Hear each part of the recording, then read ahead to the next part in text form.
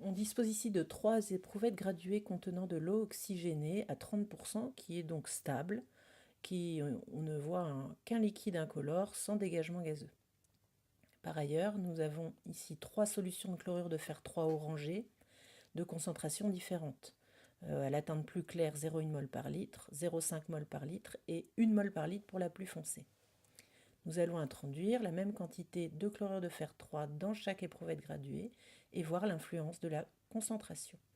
Donc à gauche, j'introduis 0,1 mol par litre de chlorure de fer 3. Au milieu, la solution à 0,5 mol par litre et à droite, la solution à 1 mol par litre. Tout de suite sur la droite, on voit le dégagement gazeux qui est important, donc la dismutation de l'eau oxygénée se fait rapidement. Il y a donc catalyse. Remarquez la teinte de la solution qui change et à la fin on retrouve la couleur orangée du chlorure de fer 3. Et le dégagement s'arrête, qui indique la fin de la réaction chimique.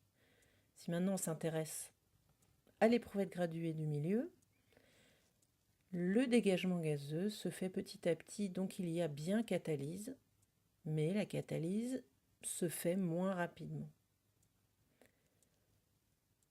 Sur la gauche, de la même façon, on remarque un petit dégagement gazeux qui remarque un début de réaction chimique. La catalyse s'intensifie dans l'éprouvette graduée du milieu et j'en profite pour comparer les teintes de la solution de chlorure de fer 3 initiale avec celle de la fin et on a les mêmes teintes.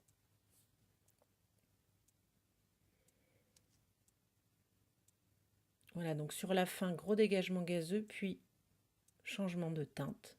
On retrouve la couleur orangée.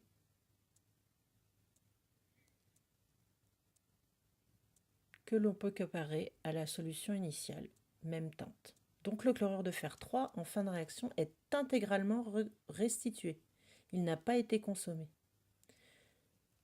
Voilà, la dernière éprouvette graduée est donc plus lente, mais 1 heure plus tard, on a bien eu les 3 catalyses qui ont été faites.